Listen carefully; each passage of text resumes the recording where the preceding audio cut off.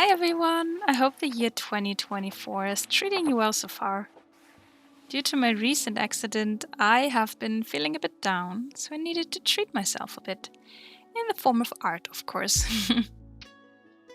As mentioned in my last haul video, I already own a few acrylic ink bottles from before, and I bought this bottle of Liquitex acrylic ink in the color Muted Pink, which I wanted to try out. I do consider myself more of a watercolor artist, just because I have been working with watercolor paints the longest. But I have been doing a bit of mixed media art with acrylics and gouache before.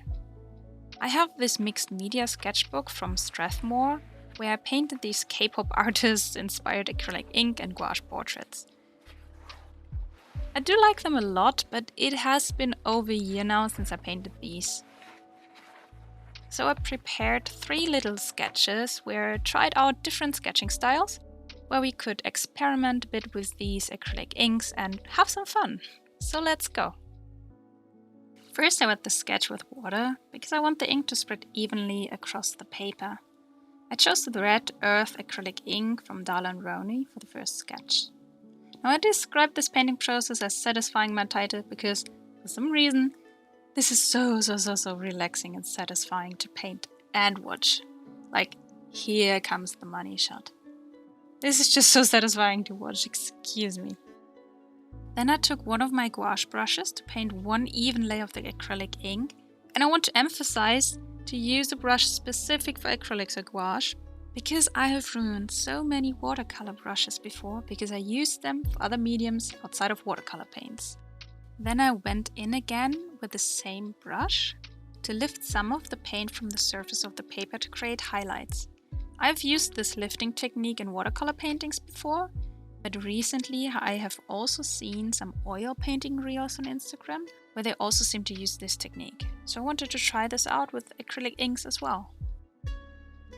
For the second sketch I used the Liquitex acrylic ink in the color Muted Pink, but I also dropped in some of the magenta from Rowney later to add a bit more color.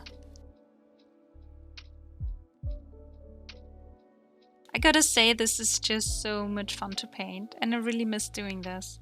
I've seen some spilled ink art reels on social media as well, and it kind of reminded me of this acrylic ink art I used to do. This is kind of a simple painting, but I hope you enjoy watching this just as much as I had fun painting this.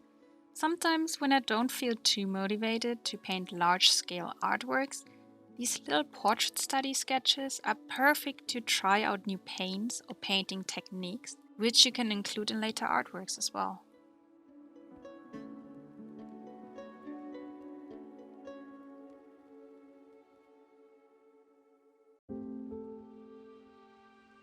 Now for the third and last sketch I used the and Rowney blue acrylic ink, which is a true phthalo blue and quite intense.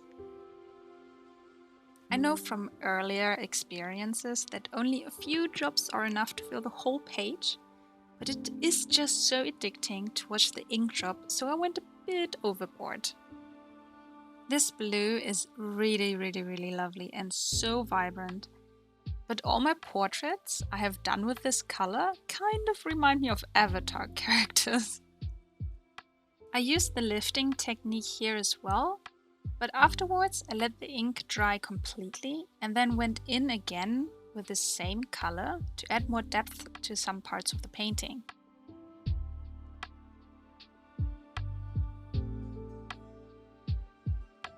For the last step, I used these gouache paints from Holbein. I bought this primary color set while studying in South Korea for a year. Now, as mentioned before, I feel most comfortable with watercolor paints, and it has been quite some time since I last used these gouache paints. In fact, it has been since my study abroad in South Korea. So it was a bit of a challenge at first of how to mix these paints and also how to achieve the right consistency. But I think I managed well in the end.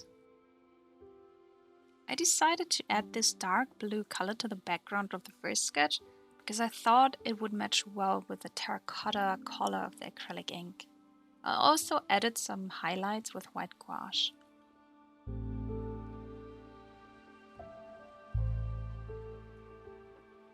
For the second sketch, I decided to just add some highlights to the painting to emphasize the facial features like the earrings, the eyes, and the hair framing the face.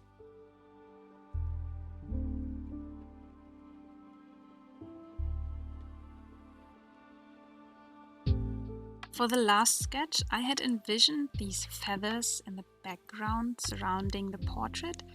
I gotta be honest here, I never painted feathers before. So this might not be as accurate as I had imagined.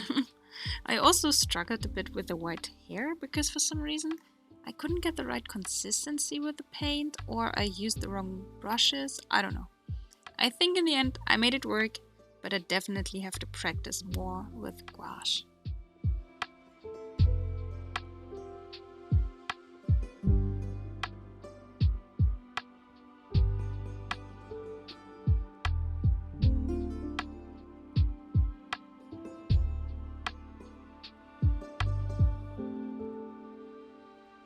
Lastly, I let it all dry and then added some last details with brown and black fineliners.